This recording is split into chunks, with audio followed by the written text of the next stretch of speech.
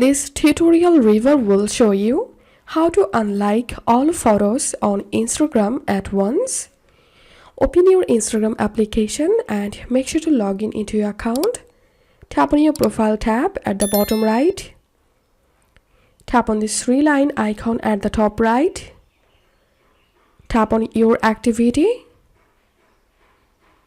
Select interactions, likes,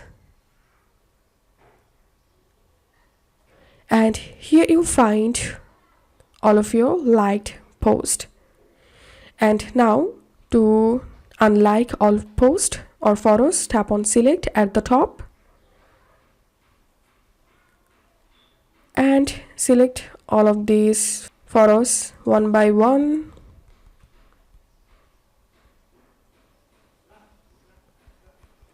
Then tap on unlike, and this is how we can do it. If you find this video helpful, make sure to subscribe Tutorial River. See you in the next video.